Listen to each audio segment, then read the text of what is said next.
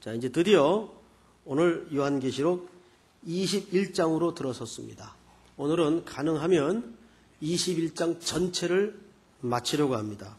본문은 시간 관계상 제일 중요한 두 구절만 채택을 했지만 1절서부터 끝절까지를 다 살피도록 하겠는데요. 세 단계에 걸쳐서 살펴지게 될 것입니다. 첫째, 새하늘 새 땅이 무슨 의미인가? 그러니까 천국은 어떤 모습일까? 이런 이제 간략한 소개를 먼저 드리고, 두 번째로 새 예루살렘은 뭘 뜻하는 걸까? 그리고 오늘 여기 말씀의 제목이 된 알파와 오메가라는 말의 의미는 뭘까? 이렇게 세 단계로 설명을 좀 드리도록 하겠습니다. 제가 여러분들한테 한번 여쭤보죠. 요즘은 여행들을 자주 하시고 또 해외도 자주 나가시기 때문에 그런 경우들이 거의 없지만, 우리나라가 이 해외여행이 잦고 또 이렇게 자유로워진 때가 그렇게 멀지 않습니다. 사실 얼마 전까지만 해도 해외 한번 나간다는 게 큰 평생의 일이었고, 미국 한번 갔다 오면 가문의 영광이었죠. 이제 그런 시절에 있었던 많은 해프닝들이 있습니다. 미국에 다녀온 사람하고 안 다녀온 사람하고 이 얘기를 하면 누가 이깁니까? 안 갔다 온 사람이 이깁니다. 안 갔다 온 사람. 그 경험을 제가 너무 뼈저리게 해서 참 부끄러운 기억을 하나 소개를 할까 합니다. 제가 80년대 말에 어느 교회에서 대학생들을 지도하고 있었어요. 이제 그 아이들을 데리고 수련회를 가서 이제 성경 공부를 하는 시간이었던 걸로 기억이 됩니다. 뭘 설명했는가 하면 이 기초 문제, 반석에 대해서 설명을 하다가 예를 하나 끄집어냈습니다. 예를 들면 이 기초가 왜 중요하냐? 세계에서 제일 높은 빌딩이 많은 데가 혹시 어딘지 아십니까? 맨하탄입니다. 맨하탄. 맨하탄에 이 높은 빌딩들이 참 많습니다. 그 이유는 그 맨하탄의 그 지층이 엄청난 안반으로 형성이 되어 있어요.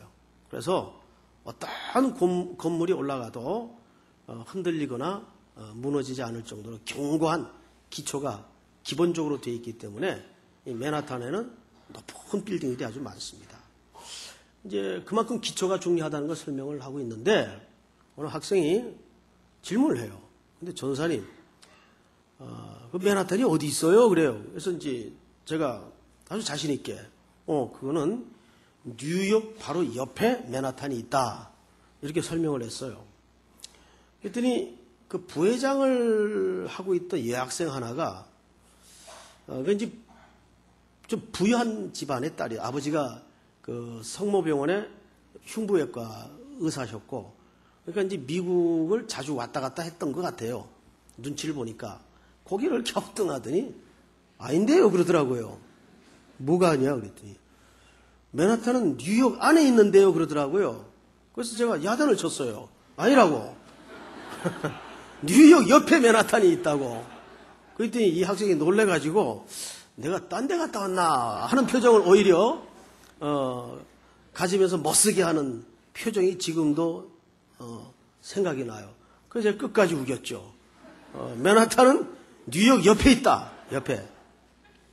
그러다가 얼마 안 됐어요. 제가 어느 책을 읽다가 맨하탄은 뉴욕 한복판에 있는 걸 깨닫게 됐습니다. 아이고, 얼마나 참 낯뜨겁고 창피하든지. 그 시간이 지난 일이기 때문에 이렇게 얘기할 수 있지만, 이게 참 목회자가 말을 쏟아내는 직업이다 보니까 잘못된 인용들이 가끔 발생을 합니다. 하여간 무조건 우겼어요. 그때는. 그래서 제가 결국은 이겼지만 망신을 당했죠. 그런 경우가 얼마나 많습니까? 천국에 대해서 가장 많은 혼란을 겪게 만드는 현장이 요한계시록 21장입니다. 그래서 시중에 보면 내가 본 천국 이런 아류의 책들이 굉장히 많이 판매가 되고 있어요. 그리고 또 간증 테이프가 돌아다니고 또 뭐 기도원이나 또 일부 교회에서는 천국 갔다 온 사람들을 막 데려다가 간증을 하면 사람들이 그 초월의 세계에 관한 호기심이 누구나 있기 때문에 많이들 와요. 이 사람이 기본적으로 이 초월의 세계를 말하면 굉장히 호기심을 갖습니다. 그래서 그런 걸 빙자해 가지고 TV에 아주 이상한 쓸데없이 그 백성들을 혼란케 만드는 프로들을 가끔 하죠. 나 이 선거챔만 되면 허씨가 생각이 나가지고 그럼 이번에는 안 나오대요. 또 대통령 선거 때 또 나올라나 모르겠습니다만은 그분이 뭐 자기는 뭐 400m에 있는 글씨를 다 읽을 수 있고 뭐 엉뚱한 얘기를 그걸 그대로 여과 없이 막 공영방송에다가 그대로 방송을 하는 경우를 많이 보죠. 이 사람은 누구나 이 초월의 세계에 관심이 많아요.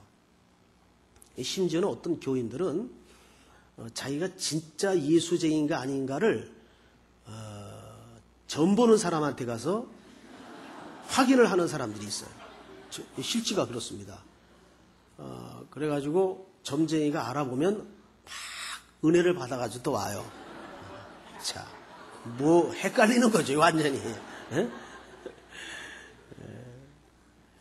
점쟁이가 어떻게 구원을 다 확인을 해줘요, 그래? 근데 특별히 혼란스러운 부분이 이 천국에 관한 부분이에요. 그러니까 모든 제목들이 뭐냐면 내가 본 천국. 보았다는데 어떡할 거예요, 봤다는데, 본인들이. 그래서 이제 그걸 듣는 입장에서는 참 헷갈리제이션이 일어나는 거예요. 이게 뭐가 진짠가. 그리고 책들을 보거나 내용들을 들어보면 그 봤다는 사람들이 다 일관된 얘기를 합니까? 다 제각각 얘기를 합니까? 다 제각각 얘기를 해요. 그러니까 더 헷갈리는 거죠. 그래서 저도 이제 오늘 그 부분을 얘기할 수밖에 없는데 적극적인 설명보다는 소극적인 설명을 통해서 좀 내용을 드러내야 되지 않을까 이렇게 생각을 합니다. 그래서 천국 설명은 적극적인 설명보다는 소극적인 설명이 오히려 더 정확스러울 수가 있습니다. 1절을 한번 보십시다. 또 내가 새 하늘과 새 땅을 보니 처음 하늘과 처음 땅은 없어졌고, 자, 처음 하늘, 처음 땅은 없어졌죠. 존재하지 않아요. 여기에서 이제 신학계에도 두 가지 발언이 있어요. 첫째는 하나님의 나라는 완전해지고 회복이 되고 발전이 되는 것이다. 이제 이런 식의 설명이 소위 이제 여호와의 증인들의 설명들입니다. 여호와의 증인은 이 지상 낙원을 얘기하죠. 그래서 지상 낙원에서 더 열심히 잘 섬기면 그때 이제 천국으로 간다. 이렇게 좀 단계별 설명을 합니다. 그래서 여호와의 증인은 항상 이 파라다이스를 얘기합니다. 잘못된 거죠. 그런데 하나님의 나라는 새하늘 새 땅이 말하는 의미는 본질적인 새로움을 얘기하는 거예요. 그러니까 발전이 되거나 개선이 되는 정도를 얘기하는 게 아니에요. 처음 하늘과 처음 땅이 어떻게 됐어요? 없어집니다. 그러면 처음 하늘과 처음 땅은 뭡니까? 바로 지금 우리가 거주하고 있는 이 시공간을 얘기할 수 있겠죠. 근데 이 시공간은 인간에게 죄가 들어오면서 같이 망가집니다. 그리고 다 타락을 해요. 그래서 짐승들도 성품이 포악스러워지고 다 이질어집니다. 그런데 이것만 완전히 물러가고 없어지는 것이 아니라 그 뒤에 이런 얘기가 있어요. 처음 하늘과 처음 땅이 없어졌고 바다도 다시 있지 않더라. 뭐가 다시 있지 않아요? 하늘, 땅, 그리고 바다도 다시 있지 않더라. 자, 바다는 문맥에서 봐야 됩니다.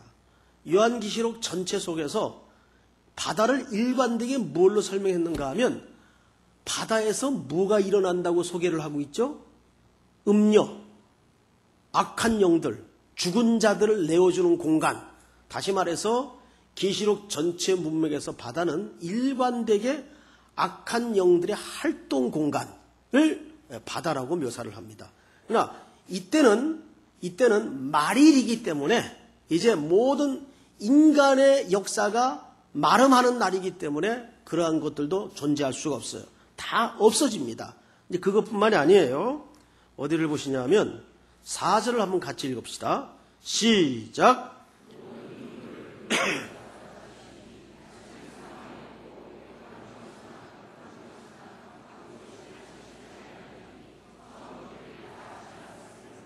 자, 처음 것들은 어떤 것들이냐면 이 황폐되고 망가진 자연계 속에 일어나는 모든 것들, 그래서 죽음과 눈물과 원통과 욕망과 죄와 이 모든 것들이 더 이상 존재할 수가 없어요. 다 어떻게 된다 그랬어요? 처음 것들이 다 지나갔음이로라. 이것도 다 없어집니다. 이와 같은 소극적 설명이 하나님의 나라를 설명하는데 훨씬 더 정확합니다. 그런데 우리는 그래도 궁금하죠. 거기에는 어떤 새로운 가족관계가 형성이 될까? 또 사람의 모양은 어떨까? 저는 제일 궁금한 게 이 새하늘 새 땅이 임하면 사람들의 평균 신장이 어느 정도일까? 아마 제 사이즈가 평균이 될 것 같아요. 제 사이즈가. 또 뚱뚱해가지고 비만으로 이런 일들이 없어질 거란 말이에요. 그러면 사람들의 이 모습은 어떻게 정리가 될까? 이런 게 참 궁금해요. 그런데 그런 걸 하나님께서 구체적으로 보여주지 않으니까 이거다라고 적극적으로 설명은 못해요. 그러나 지금 열거된 내용만 보더라도 소극적이긴 하지만은 충분히 어떤 곳일 것이라는 것은 설명이 충분히 됩니다.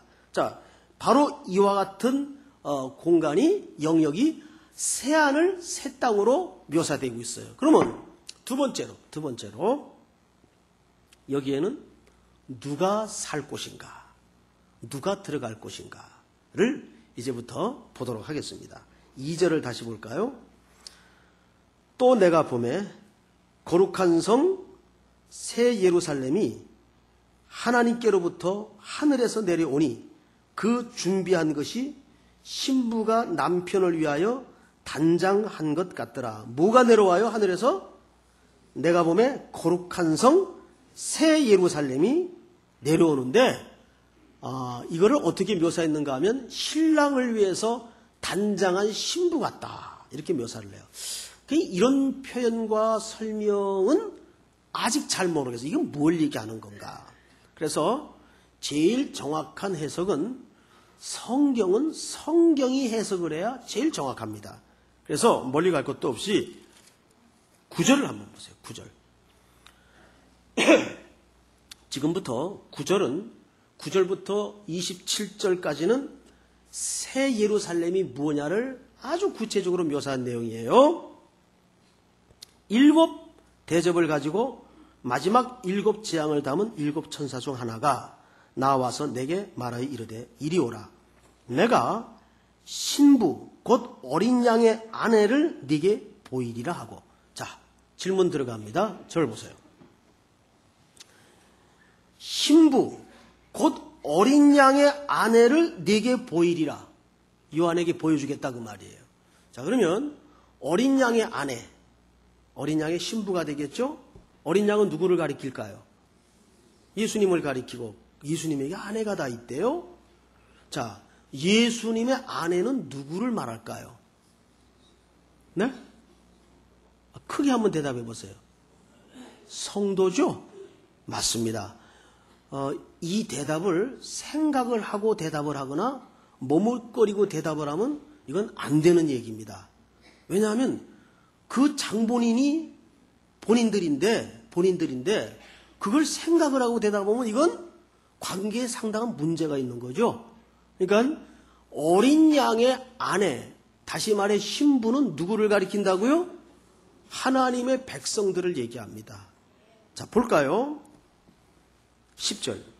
성령으로 나를 데리고 크고 높은 산으로 올라가 하나님께로부터 하늘에서 내려오는 거룩한 성 뭐를 보이니? 예루살렘을 보이니. 잘 보세요. 어린 양의 신부인 아내를 보여준다고 말씀하시고 나서는 높은 산에 데리고 올라가서 보여주는데 뭘 보여줘요? 하늘로부터 내려온 새 예루살렘을 보여줘요. 아하, 그러니까 논리적으로 새 예루살렘이라고 묘사된 이 계시록 21장의 표현은 바로 누구를 가리키는 얘기가 됩니까? 누구를? 신부인 여러분들을 가리키는 묘사가 된다 그 말이에요. 이해가 되죠? 절반은 이해가 안 되는 것 같아요. 자, 다시 봅니다. 다시 구절을 다시 보세요. 이리로 오라. 내가 신부 곧 어린 양의 아내를 네게 보이리라. 어린 양의 아내를 보이신다고 말씀하셨죠? 자, 그리고 이제 요한을 높고 큰 산에 데리고 올라갑니다. 올라가 하나님께로부터 하늘에서 내려오는 거룩한 성, 뭐를 보여요? 아내를 보인다고 보여줬는데 보인 게 뭐예요? 예루살렘, 새 예루살렘을 보여줍니다. 그러니까 계시록에 묘사된 새 예루살렘이라는 것은 바로 누구를 의인화시킨 겁니까? 어린 양의 신부요 아내인 성도를 누구라고 묘사한 거예요? 새 예루살렘이라고 묘사를 한 겁니다. 아멘? 자, 이제 그 부분에 대해서 조금 더 들어가십시다. 14절. 그 성의 성곽에는 12기초석이 있고 그 위에 어린 양의 12사도의 12이름이 있더라. 내게 말하는 자가 그 성과 그 문들과 성곽을 측량하려고 금갈대 자를 가졌더라. 그 성은 네모가 반듯하여 길이와 너비가 같은지라 그 갈대자로 그 성을 측량하니 12,000 스타디온이요 길이, 너비, 높이가 같더라. 자, 여기서 보세요.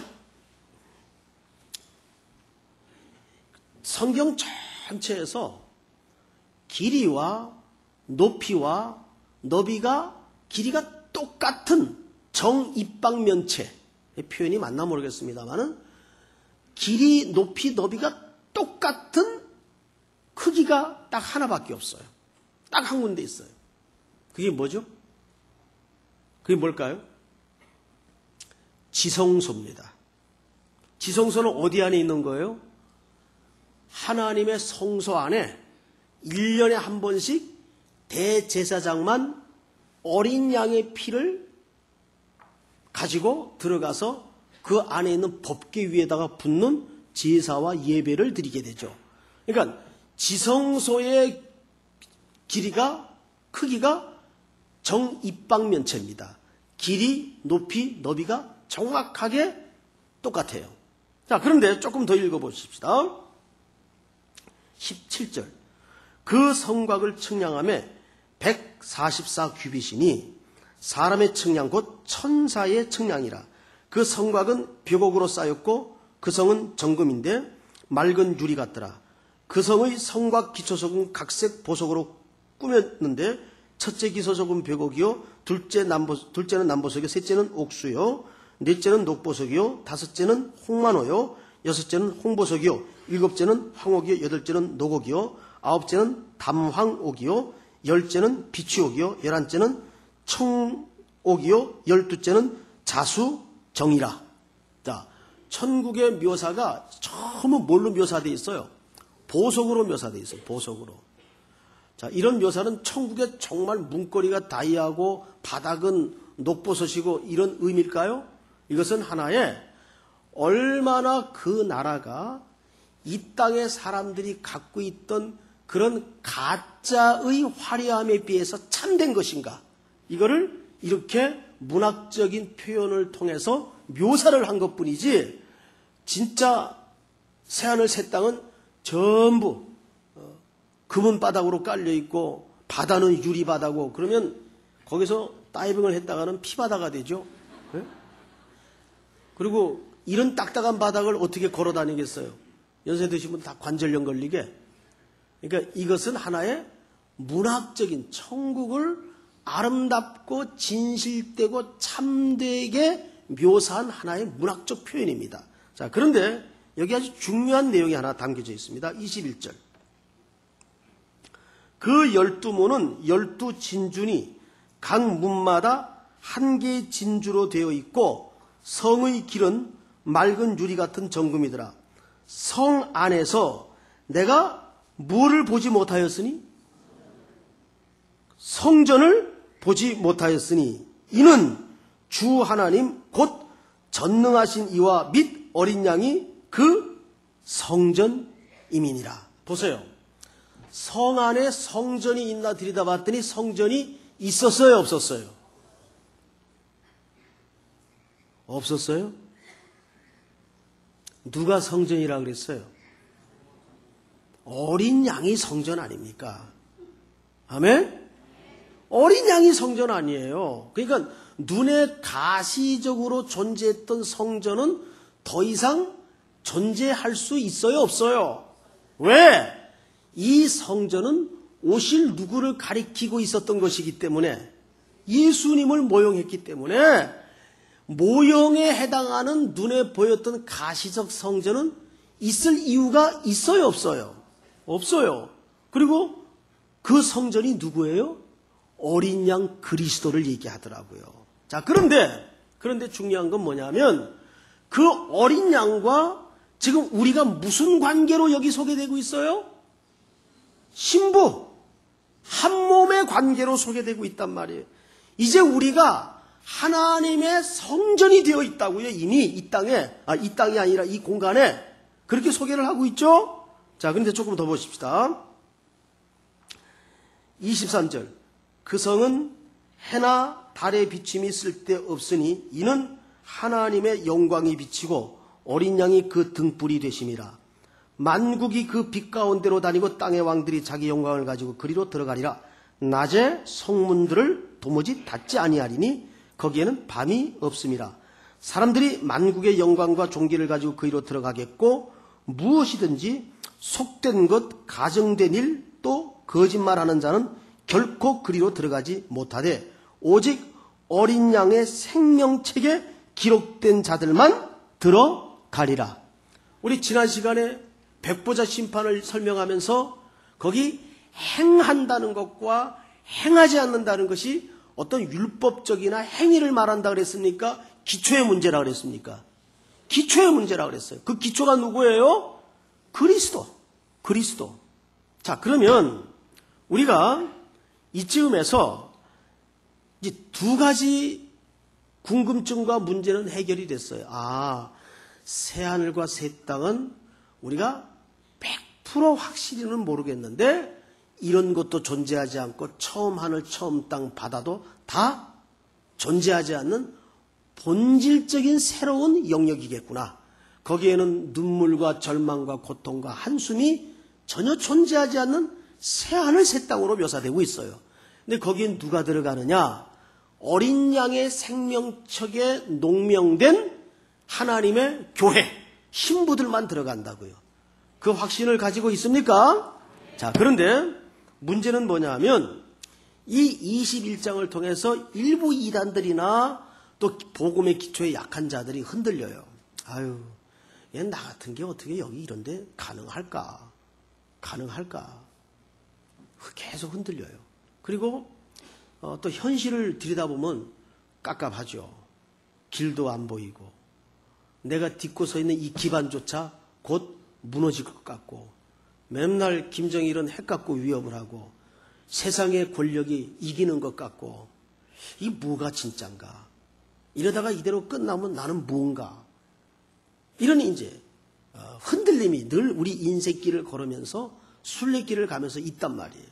특별히 이 지역에 들어와 있는 우리 젊은이들은 그런 절박한 심정을 가지고 시험에 임해 있고 또 인생의 갈림길에 서 있는 청년들이 어느 교회보다도 우리 교회는 많은 교회입니다.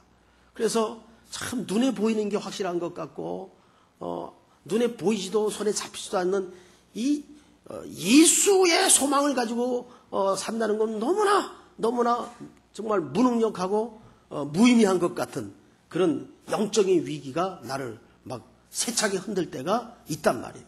그래서 오늘 6절을 한번 보십시다. 6절을 보시면 이런 말씀을 기록하고 있어요. 5절부터 제가 좀 읽겠습니다. 보좌에 앉으시니가 이르시되 보라 내가 만물을 새롭게 하노라 하시고 또 이르시되 이 말은 신실하고 참되니 기록하라 하시고 또 내게 말씀하시되 이루었도다. 나는 뭐요? 알파와 오메가요 처음과 마지막이라. 자 보십시오. 이제 이 알파와 오메가라는 수거적 그 용례가 어떤 의미를 담고 있는지 좀 보도록 하겠습니다. 여기에 알파 오메가를 처음과 마지막이라 이렇게 번역을 했어요. 틀린 번역은 아닌데 좀 부족합니다. 이 수거적 용례가 말하고 싶은 의미를 드러내기에는 굉장히 좀 부족해요. 자, 우리나라 말에도 이제 알파벳이 있죠. 가나다라 마바사자, 가나다라 마바사, 아자차, 바하. 맞나요? 예. 틀렸나요? 순서가 바뀌었죠. 예. 어쨌든 우리나라에도 알파벳이, 영어에도 알파벳이 있죠. A, B, C, D, 그 다음에 Z까지 알파벳이 있어요. 근데 헬라 말에도 하나님의 말씀을 원전을 기록할 때 헬라 말에도 알파벳이 있어요. 그래서 헬라 말의 알파벳은 알파로 시작이 됩니다. 알파.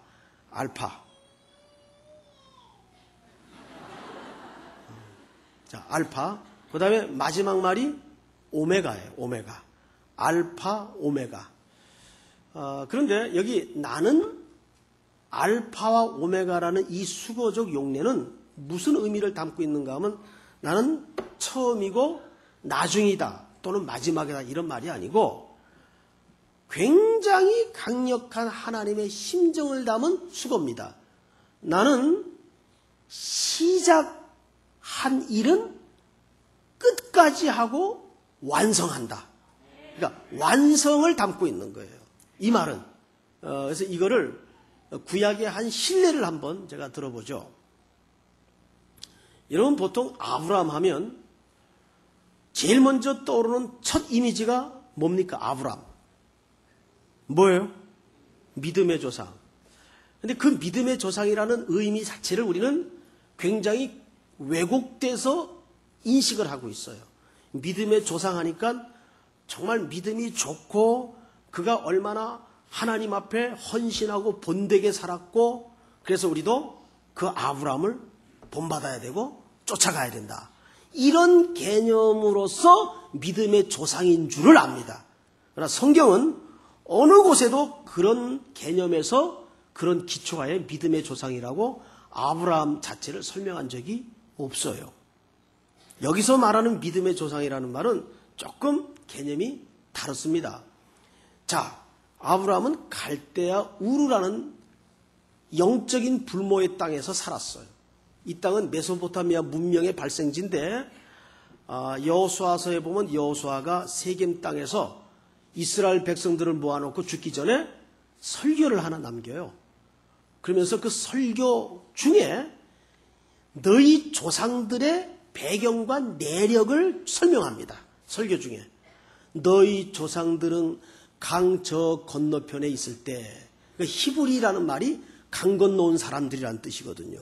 원래가 너희 조상들이 저 강 건너편에 살고 있을 때 우상들을 섬겼고라는 직설적 표현이 있습니다. 그러니까 아브라함은 하나님을 전혀 모르던 우상을 섬기는 집안에서 우상을 섬기고 있었어요. 그러던 어느 날 영광의 하나님이 계획을 가지신 대로 아브라함에게 일방적으로 개입하여 나타나십니다. 그리고는 아브라함의 인식 속에는 막연한 종교심만 있었을 뿐인데 아직도 얼떨떨한 상황에서 얼토당토하는 엄청난 언약을 일방적으로 하십니다. 내 본토 친척 아비집을 떠나가라. 내가 너로 큰 민족을 이루겠고 너를 통하여 모든 민족이 복을 받도록 만들겠다. 이런 말도 안 되는 언약을 아직 믿음의 눈도 뜨지 않은 아브라함에게 약속을 합니다. 그래서 얼떨결에 아브라함이 가족들과 함께 고향을 떠나게 돼요. 떠나는데 중간에 많은 머뭇거림과 고집스러움과 돌아섬과 주저앉고 거짓말하고 불신앙하고 기근이 임하니까 하나님한테 물어보지도 않고 애굽 땅으로 쑥 들어가서 거기서 또 자기 마누라를 자기 누이 동생이라고 거짓 불행을 해가지고 경을 칠 뻔했고, 그에게 아비멜렉이라는 왕이 혼이 나가지고 얼른 데리고 나가라고 그러니까는 또 그때 너무 혼이 나가지고 막 양떼 소떼를 많이 같이 줘요, 아내하고. 그러니까 그거 받아놓고는 좋아가지고 성경에 다 나와요, 이 표정이. 이게 아브라함이에요, 이게. 예? 그러다가 우리가 멋들어진 아브라함을 어디서 만나냐면 창세기 22장에 모리아 땅 어느 한 산에서 아들을 바치는 장면으로 만나요. 그런데 여러분, 그 장면을 많이들 오해하고 있어요. 성경에 보면 하나님께서 아브라함을 시험하사 이렇게 되어 있죠. 그런데 원문을 자세히 들여다보면 아브라함을 시험했다는 말이 아니라 조금 더 정확하게 아브라함의 시험을 시험하사, 그 말입니다. 예? 달라요. 아브라함의 시험을 시험하사. 그러면 지금 아브라함이 어떤 시험에 걸려 있다, 그 말이에요. 그 어떤 시험일까? 우린 내용을 알 수가 없잖아요. 아브라함이 말을 안 하니까. 그런데 금방 알 수 있는 게 뭐냐면 아브라함의 시험을 시험했다니까. 그놈의 시험이 무슨 시험인지를 모르잖아요. 근데 하나님은 알았어요. 그래서 하나님이 대번 명령하신 게 뭐냐면 내 아들 독자 이삭을 내게 바쳐라. 이게 아브라함의 시험이었어요. 왜? 이것을 알려면 가나안의 문화를, 배경을 이해해야 됩니다. 아브라함이 하나님이 오라 그래가지고 천신만고 끝에 가나안 땅에 들어가서 삶은 사는데 언제부턴가 막연히 여호와라는 신이 나를 쫓아다니는 것 같고 위기 때마다 구해도 주시고 아무튼 어떤 존재가 계시긴 한데 구체적으로 이분이 어떤 분인지 잘 모르겠어요. 그런데 아브라함은 이미 갈대아 우르에서부터 이방신을 섬겼던 어쨌든 종교심을 가지고 있는 아주 상식적인 인간이에요. 그런데 가나안 땅에 들어와 보니까 거기에는 7 족속을 중심으로 각각 족속마다 몰렉 신을 비롯해서 신들을 섬기고 있는데 이 팔레스타인 땅의 종교적 광기가 장난이 아니에요. 몰렉 신에게 심지어는 불 속에다가 자녀를 던지는 헌신을 하고 말이죠. 사람을 갖다 바치고 막 칼로 춤을 추면서 몸에다가 자해를 하고 이런 광기 어린 종교 행위를, 신앙을 보는 거예요. 주변의 문화를 통해서. 아브라함이 생각을 할 때, 이야, 대단하다. 맞아. 우리가 뭐 신앙을 갖고 종교를 갖고 있다면 저 정도는 해야 그래도 뭐 신앙을 갖고 있다고 말할 텐데 나는 뭘까? 이게 내가 믿는 이 종교가 이게 참된 걸까? 하여간 여호와라는 분이 존재하지 않는 건 아닌데 뜨문뜨문 말씀도 주시고 나타나는데 내가 이루고도 이렇게 밋밋해가지고도 신앙생활이라고 할 수 있을까? 헷갈린단 말이에요. 이게 아브라함이 가나안 땅에 살면서 걸려들었던 신앙의 혼돈이었어요. 종교 열광주의의 자기를 근거로 비교해서 여기서 이제 하나님에 대해서 혼돈이 일어난 겁니다. 그래서 하나님이 그 아브라함의 시험을 시험하시는 거예요. 그래?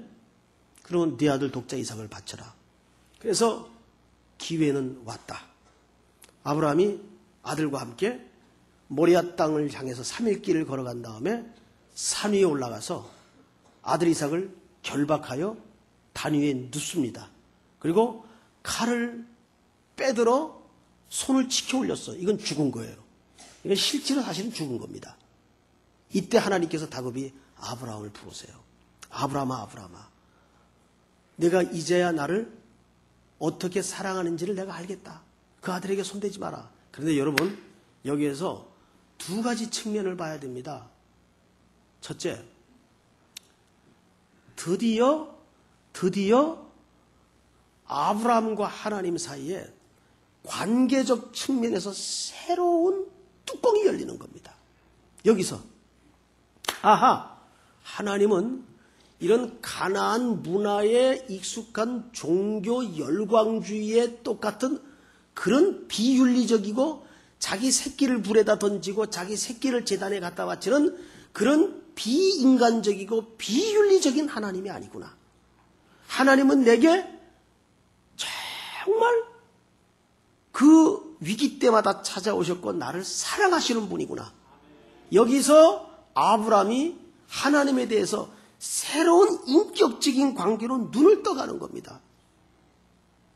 여러분, 그러면 그 갈대아 우르에서부터 출발을 해서 임재하시고 나타나셔서 그렇게 인격적으로 들어오시기까지, 인격적으로 만나주시고 얼마나 참된 사랑의 하나님인가를 아브라함에게 깨우쳐 주시기까지 하나님은 긴 기다림 속에서 그를 계속 참아주셨고 인내하셨고, 철포덕 주저앉아 있을 때 또 같이 앉으셔가지고 기다리고 계셨고, 그를 일으켜 세우시고 그를 또 끌고 가시고, 결국 믿음의 조상이라는 건 무슨 뜻인가 하면, 믿음은 하나님의 전적인 은혜인데 이거를 설명하기에 가장 좋은 인물이 누구냐면 아브라함이라 그 말이에요. 이해가 돼요, 여러분? 그러니까 우리가 이해하는 믿음하고 달라요. 그러니까 믿음은 뭐냐? 끊임없는 하나님이 우리를 향하신 설득하심이다 그 말이에요. 믿습니까? 그러니까 내가 믿는 거 없어요. 우리는 하나님이 의지를 주지 않고 깨우쳐 주지 않고 발동을 걸어주지 않으면 눈썹 하나를 하나님을 향하여 자발적으로 움직일 수 없는 존재가 우리라 그 말이에요. 이거를 여러분이 뼈저리게 자기 자신을 향해서 절망을 해봐야 돼. 이거는 우리가 얼마나 본질상 하나님 앞에 스스로 설 수 없는 존재인가. 아브라함의 인생의 궤적을 한번 이렇게 찾아보세요. 그가 한 번도 하나님을 향해서 그럴 만한 모습을 보였던 적이 있는가? 그는 또 잘못 생산하는 하나님의 약속을 기다리지 못하는 실수를 하게 되죠. 이 아브라함을 하나님이 끝까지 놓지 아니하시고 아브라함 되게 만들어 가시는 겁니다. 그래서 여러분들이 베드로 후서를 다 찾아보세요. 자, 베드로 후서 3장. 신약 성경에 있습니다. 386장 6절, 386페이지 13절부터 봅니다. 천천히 찾으세요. 386페이지. 우리는 13절부터 3장 13절. 네, 천천히 찾으세요. 자, 12절부터 읽겠습니다. 하나님의 날이 임하기를 바라보고 간절히 사모하라. 그날에 하늘이 불에 타서 풀어지고 물질이 뜨거운 불에 녹아지려니와 우리는 그의 약속대로 의가 있는 곳인 새하늘과 새 땅을 바라보도다. 그러므로 사랑하는 자들아, 너희가 이것을 바라보나니 주 앞에서 점도 없고 흠도 없이 평강 가운데에서 나타나기를 힘쓰라. 그 다음에 15절 보세요. 또 우리 주의 오래 참으심이 구원이 될 줄로 여기라. 여러분 보세요. 우리의 구원이 어디에 기초해 있어요? 그분의 오래 참으심에 우리의 구원과 우리의 완성이 기초되어 있는 걸 놓쳐서는 안 됩니다. 믿습니까, 여러분? 그러니까 지금 우리가 이 뒤뚱거리는 모든 기초가 무너질 것 같은 세상에 살아가지만은, 내가 이러고도 성도일까, 이러고도 목사일까, 이런 자괴감을 가질 때가 한두 번이 아니겠죠? 예? 그리고 그런 나 자신의 문제뿐만 아니라 나를 둘러싸고 있는 모든 관계된 일들을 들여다보면 길 하나 보이지 않고 깜깜하겠지만은 우리의 운명을 쥐고 있는 분이 누구예요? 알파와 오메가가 되시는 하나님이신 줄을 믿으시기 바랍니다. 그러니까 그 흔들릴 때마다 뚝심 있게 우리 저 밑바닥에서 주께서 약속하시는 거예요. 주께서 말씀하시는 거예요. 나는 네 인생의 알파와 오메가가 된다. 믿습니까, 여러분?